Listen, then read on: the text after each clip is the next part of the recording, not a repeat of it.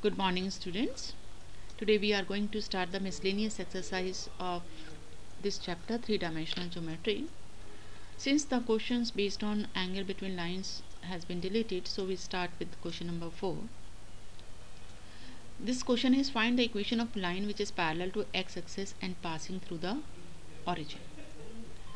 Now, since the unit vector along x-axis is I cap, which can be written as I cap plus 0 z cap plus 0 k cap.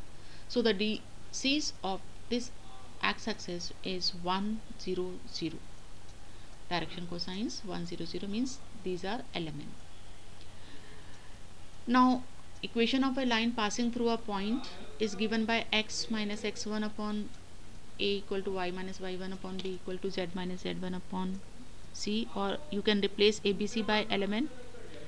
So the equation of line will be x minus 0, क्योंकि origin से पास हो रही है तो 0 0 0 x1 y1 z1 की value हो गई. So we get x minus 0 upon 1 equal to y minus 0 upon 0 equal to z minus 0 upon 0. तो ये हमारी इक्वेशन आ गई. In fact it will be x axis itself, क्योंकि वही हमारी ओरिजिन से पास होती है और एक्स एक्सिस के पैरेलल होगा. तो एक्स एक्सिस को ही हम हमारी रिक्वायर्ड लाइन होगी. Next question is find the vector equation of line passing through point 1 2 3 and is perpendicular to this plane. Line की vector equation which is passing through a plane and parallel to some direction is given by r equal to a plus lambda b. तो a तो vector position vector होगा उस given point का जहाँ से हमारी line पास हो रही है, और लाइन किसके पैरेलल है वो हम यहाँ से फाइंड आउट करेंगे किस वेक्टर के पैरेलल है. तो पहले पोजीशन वेक्टर लिखेंगे उस पॉइंट का, गिवन पॉइंट का, that will be equal to i plus 2j plus 3k. अब क्योंकि प्लेन की इक्वेशन हमारी स्टैंडर्ड फॉर्म वेक्टर फॉर्म होती है r dot n equal to d, तो यहाँ से हम 9 को राइट साइड में ट्रांसपोज करेंगे और इससे कंपेयर करेंगे r dot n equal to d से. तो हमारे पास प्लेन का जो नॉर्मल वेक्टर है वो i plus 2j minus 5k आ गया. अब क्योंकि लाइन प्लेन पे परपेंडिकुलर थी और नॉर्मल भी प्लेन पे परपेंडिकुलर होता है, इसका मतलब नॉर्मल और लाइन पैरेलल हो गए. So line is parallel to this vector, normal vector, that is I plus 2j minus 5k. So the vector B will be I plus 2j minus 5k. Now the equation of line is a plus r equal to a plus lambda b, और a vector भी हमें पता है, b vector भी पता है, तो इन दोनों वेक्टर्स को सब्स्टिट्यूट करेंगे and we get the line equation of line.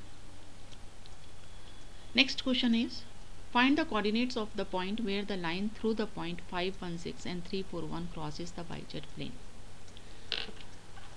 अब लाइन इन दो पॉइंट से पास हो रही है तो हम 2 पॉइंट फॉर्म लाइन की यूज़ कर सकते हैं. हमें पूछ रहा है ये कि इन दोनों पॉइंट्स को ज्वाइन करने वाली line yz plane, suppose this is yz plane, को किस पॉइंट पर क्रॉस करेगी, उस पॉइंट के कोऑर्डिनेट्स हमें फाइंड आउट करने हैं. तो पहले इक्वेशन ऑफ लाइन लिखेंगे पासिंग थ्रू द 2 पॉइंट्स. तो यहाँ से drs निकाल लेंगे लाइन के, that will be equal to 3 minus 5 4 minus 1 और 1 माइनस 6. ये हमारे drs आ गए -2 3 और -5. अब लाइन की इक्वेशन होती है हमारे पास x minus x1 upon a equal to y minus y1 upon b equal to z minus z1 upon c, जहाँ पे x1 y1 z1 एक पॉइंट होता है लाइन का और abc drs होते हैं लाइन के. तो हम इन वैल्यूज़ को पुट करेंगे. तो पॉइंट हमारा था 5 1 6, तो x1 y1 z1 को 5 1 और 6 से रिप्लेस किया और drs हमारे पास थे -2 3 और -5. तो ये लाइन की इक्वेशन आ गई हमारे. अब हमें ये फाइंड आउट करना है कि ये लाइन yz प्लेन को किस पॉइंट पर क्रॉस करेगी.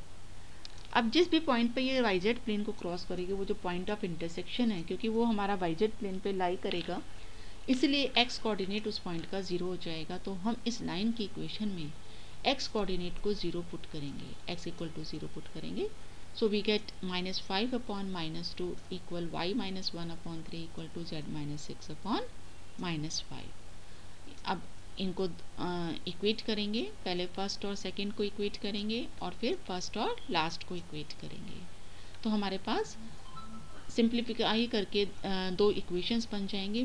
फर्स्ट इक्वेशन बनेगी 2y माइनस 2 इक्वल टू 15 और सेकंड बनेगी 2z माइनस 12 इक्वल टू -25. इन इक्वेशंस को सॉल्व करके y और z की वैल्यू फाइंड आउट करेंगे, दैट इज 17/2 और z equal to -13/2। So y z आ गया और x कोऑर्डिनेट 0 है, तो हमारा जो पॉइंट ऑफ इंटरसेक्शन होगा of line and plane that will be equal to 0, 17/2 और -13/2। That's all for today, thank you.